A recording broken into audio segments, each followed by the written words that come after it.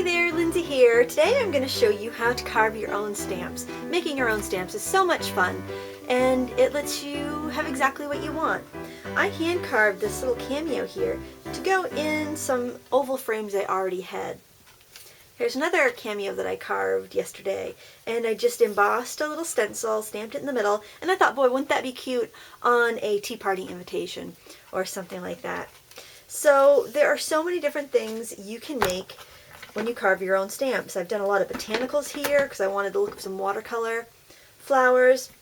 This jean pocket was inspired by a Stampin' Up! Set that was available a few years ago. And, back when I first started stamping, and still to this day, I didn't really have a lot of money to spend on stamps, so I found carving my own was just the ticket, especially if I needed something large like a silhouette like this jeans pocket here. I've carved tons of little buttons. I forgot about those.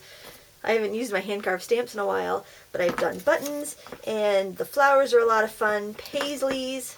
Pretty much, when I started stamping, when I wanted a certain stamp, I would see if I could carve it or something similar myself before I'd go and see if I could find one to purchase. And it's a lot of fun. It's an enjoyable hobby to carve the stamps, almost as much as it is to use the stamps.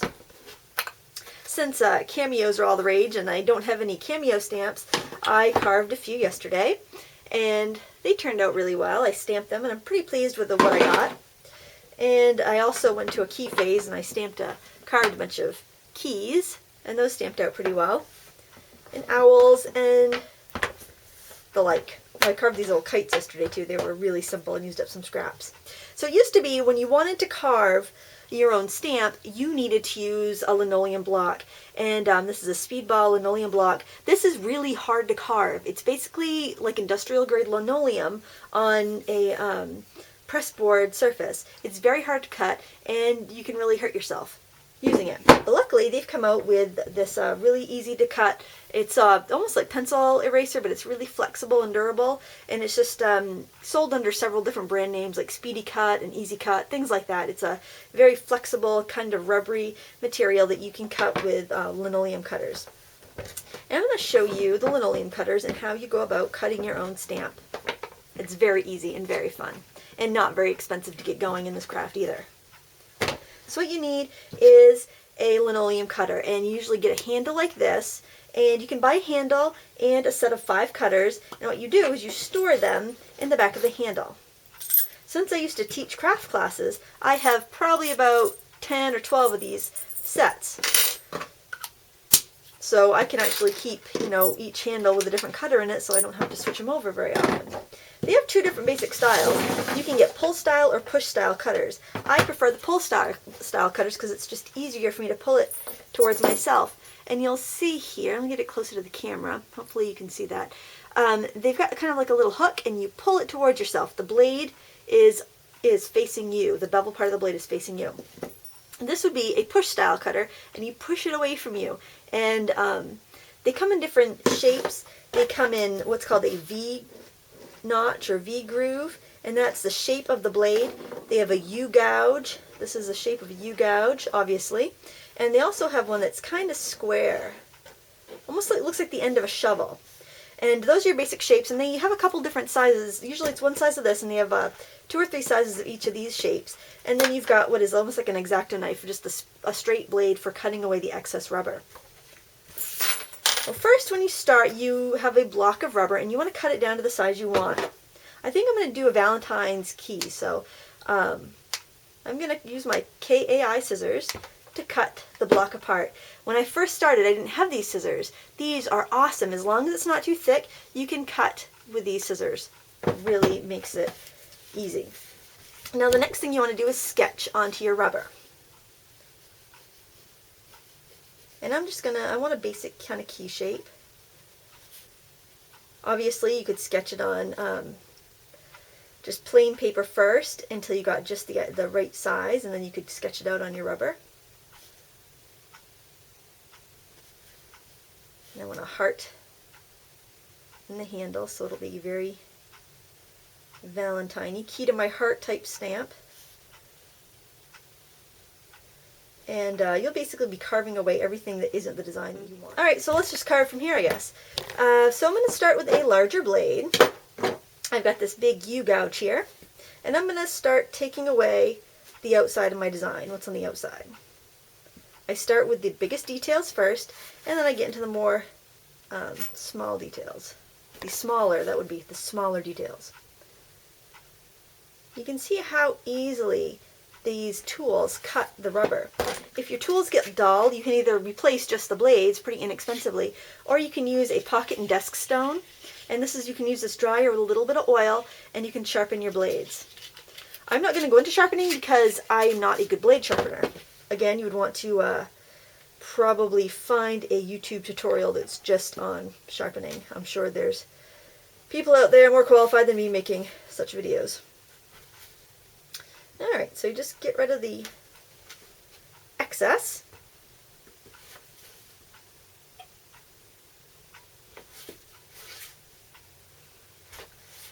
I carve whatever I can with this big tool first.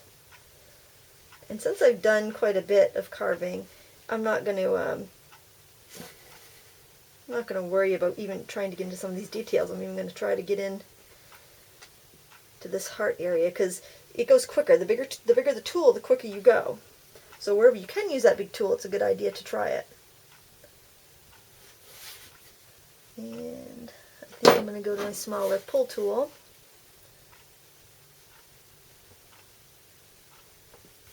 And you just kind of want to skim the top layer of rubber off. You don't need to gouge it because what you can do is actually use the other side. You can make a coordinating stamp on the other side because it's thick enough.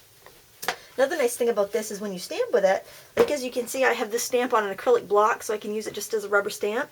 It doesn't need cushion. This isn't as dense as regular rubber, so you can actually stamp it without a cushion. And it's just going to refine a little bit. Whoa. I didn't have that that tool secured in there very well. I'm glad it didn't fall off when I was pulling it. Oh, if your handles, if you find that you actually have some of these and they've been in storage for a few years and you're finding you have a hard time loosening that, take a little WD-40 or a little sewing machine oil and squirt the oil right down in there where you can see the little movable pieces, a little ball bearing. And let it sit for a bit. That will make it loosen up again. You will have to do that to your tools from time to time, otherwise they will not want to unscrew on you and they'll be really hard to work with. But don't worry, you can bring them back to life with just a little bit of a light oil. I love my sewing machine oil. That's usually what I use. It's just a little bottle of Singer sewing machine oil. It's got a nice fine tip, so I can get it exactly where I want it to be. Now when you think you have your design pretty well set, I'm just going to go ahead and snip off the extra here. Just like you were, if you buy stamps from Stampin' Up! And you have to kind of trim them yourself, that's kind of what you're doing here. Or if you buy like unmounted stamps and you have to trim them, that's just what you're doing here. Just short, straight snips. There are some thicker carving blocks out there that you probably wouldn't want to try to cut with these scissors. So if it feels like you're like it's not cutting easily, then just skip it and use an X-Acto knife. Alright, now you want to wipe it off. With this carving block doesn't leave very much debris behind, but some of them will leave kind of like a powdery debris behind. So you want to kind of wipe it off. I'm wiping on my jeans here. That's going to be good enough. I'm just going to ink it up without using a block just to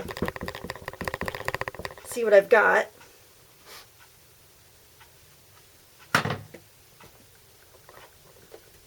And I've got a little key, but I really want to refine it some more.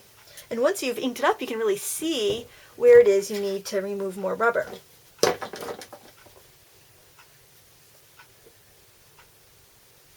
I want to thin out the neck of the key a little bit more. Definitely want to thin out the bottom, make it a little bit straighter. Now, I'm not a professional printmaker or anything, but I do find this hobby very rewarding. The brand of cutter is Speedball. Most art supply stores would carry it. I think probably even the big chains, craft stores would have this. I don't know if Joann's has it. I think I saw it at AC Moore. I'm not 100% sure. But any art store should have this. Alright, I'm going to give this a try.